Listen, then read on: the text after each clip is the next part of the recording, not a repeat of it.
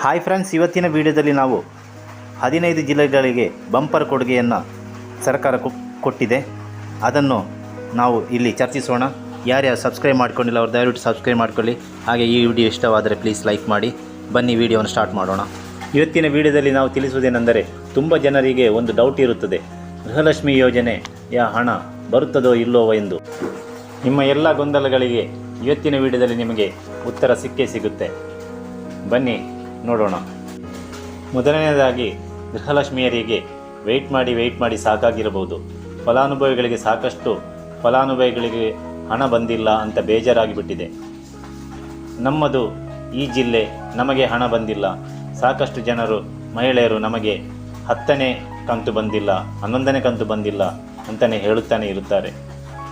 ಈಗ ನಮ್ಮ ಮಹಿಳಾ ಮತ್ತು ಮಕ್ಕಳ ಕಲ್ಯಾಣ ಇಲಾಖೆಯ ಸಚಿವೆಯಾದಂತಹ ಲಕ್ಷ್ಮೀ ಹೆಬ್ಬಾಳ್ಕರ್ ಅವರೇ ಹೇಳಿರುವ ಪ್ರಕಾರ, ಇವತ್ತು ಜುಲೈ 16 ನಿಮಗೆ ಬರಲು ತುಂಬ ಸಾಧ್ಯತೆ ಇದೆ.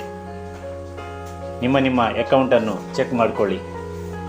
ನಿಮಗೆ ಇವತ್ತು ಒಟ್ಟಿಗೆ 4,000 ಹಣ ಜಮಾ ಆಗುವ ಸಾಧ್ಯತೆ ಇದೆ. ನೋಡಿ, ಯಾವುದು 4,000 ಅಂದರೆ ಜೂನ್ ತಿಂಗಳಲ್ಲಿ ಬರಬೇಕಾಗಿದ್ದ 11ನೇ ಕಂತಿನ ಹಣ ಮತ್ತು ಜುಲೈ ತಿಂಗಳಲ್ಲಿ ಬರಬೇಕಾಗಿದ್ದ 12ನೇ ಕಂತಿನ ಹಣ ಒಟ್ಟಿಗೆ ನಿಮ್ಮ ಅಕೌಂಟಿಗೆ 4,000 ಜಮಾ ಆಗುತ್ತೆ. ಯುವ ನಿಧಿ ಯೋಜನೆ ಕೂಡ ಇದೇ ರೀತಿಯಾಗಿದೆ. ಕಳೆದ 2-3 ತಿಂಗಳಿನಿಂದ ಅವರ ಅಕೌಂಟಿಗೆ ಹಣ ಬರಲೇ ಇಲ್ಲ. ವಿದ್ಯಾರ್ಥಿಗಳಿಗೆ ಕೂಡ ಕಾದು ಬೇಸತ್ತು ಹೋಗಿದ್ದಾರೆ. ತಿಂಗಳಿಗೆ 3,000ದಂತೆ ಬರಬೇಕಾಗಿದ್ದ ಹಣ ಬರಲೇ ಇಲ್ಲ. ಆದರೆ ಸರ್ಕಾರ ಹೇಳುತ್ತದೆ ಒಟ್ಟಿಗೆ 9,000 ಇದೇ ತಿಂಗಳು ಆಗುತ್ತೇವೆ ಎಂದು. ಅದರೊಟ್ಟಿಗೆ ಗೃಹಲಕ್ಷ್ಮಿಯ 4,000 ಹಣವು ಕೂಡ ಜಮಾ ಆಗುತ್ತೆ. ನೀವು ನಿಮ್ಮ ಅಕೌಂಟನ್ನು ಚೆಕ್ ಮಾಡಿಕೊಳ್ಳಿ. ಇಷ್ಟು ದಿನ ನೀವು ವೆಯ್ಟ್ ಮಾಡಿದ್ದೀರಾ ಗೃಹಲಕ್ಷ್ಮಿ ಹಣಕ್ಕೋಸ್ಕರ. ಇನ್ನು ಒಂದು ದಿನ ವೆಯ್ಟ್ ಮಾಡಿ. ಇವತ್ತು ಚೆಕ್ ಮಾಡಿಕೊಳ್ಳಿ ನಿಮಗೆ ಹಣ ಬಂದಿದೆಯಾ ಇಲ್ಲವಾ ಎಂದು. ಸ್ವತಃ ಲಕ್ಷ್ಮೀ ಹೆಬ್ಬಾಳ್ಕರ್ ಅವರು ಕಳೆದ ತಿಂಗಳು ಬರಬೇಕಾಗಿದ್ದ ಹಣ ಯಾಕೆಲ್ಲ ಬರಲಿಲ್ಲ ಎಂದರೆ, ಚುನಾವಣೆಯ ಸ್ವಲ್ಪ ಬಿಸಿಯಾದ್ದರಿಂದ ಅದು ಸ್ವಲ್ಪ ಲೇಟ್ ಆಯಿತು.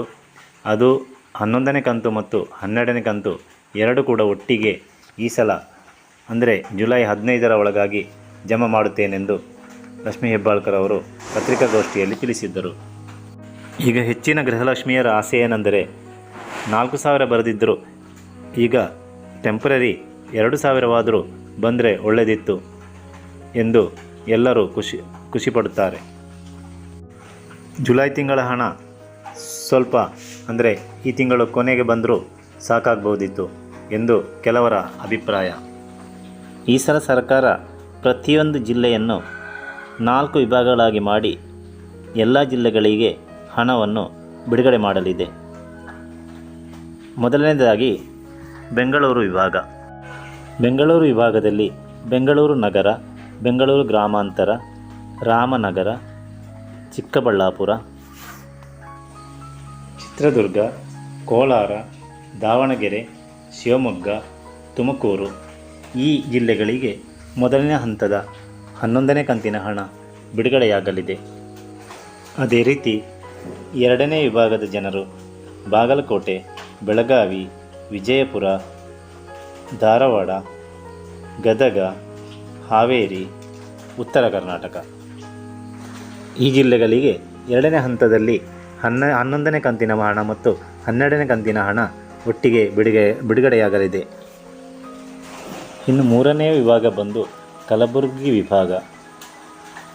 ಬಳ್ಳಾರಿ, ಬೀದರ್, ಕಲಬುರಗಿ, ಕೊಪ್ಪಳ, ರಾಯಚೂರು, ಯಾದಗಿರಿ, ವಿಜಯನಗರ ಈ 3 ವಿಭಾಗದ ಜನರಿಗೆ 11 ಮತ್ತು 12ನೇ ಕಂತಿನ ಹಣ ಬಿಡುಗಡೆಯಾಗಲಿದೆ. ಇನ್ನು 4ನೇ ವಿಭಾಗ ಬಂದು ಮೈಸೂರು ವಿಭಾಗ. ಇದರಲ್ಲಿ ಚಾಮರಾಜನಗರ, ಚಿಕ್ಕಮಗಳೂರು, ದಕ್ಷಿಣ ಕನ್ನಡ, ಹಾಸನ, ಕೊಡಗು, ಮಂಡ್ಯ, ಮೈಸೂರು ಮತ್ತು ಉಡುಪಿ ಈ ಜಿಲ್ಲೆಗಳಿಗೆ 11ನೇ ಮತ್ತು 12ನೇ ಕಂತಿನ ಹಣ ಜಮಾ ಆಗಲಿದೆ. ಇವತ್ತು ಮಂಗಳವಾರ ಮೊದಲನೇ ಹಂತ ಮತ್ತು ಎರಡನೇ ಹಂತದವರಿಗೆ ಹಣ ಬಿಡುಗಡೆಯಾಗುವ ಸಾಧ್ಯತೆ ಇದೆ ಮತ್ತು 1-2 ದಿನದಲ್ಲಿ ಬಾಕಿ ಉಳಿದಿರುವ ಎಲ್ಲ ವಿಭಾಗದವರಿಗೂ ಹಣ ಬಿಡುಗಡೆಯಾಗುತ್ತದೆ.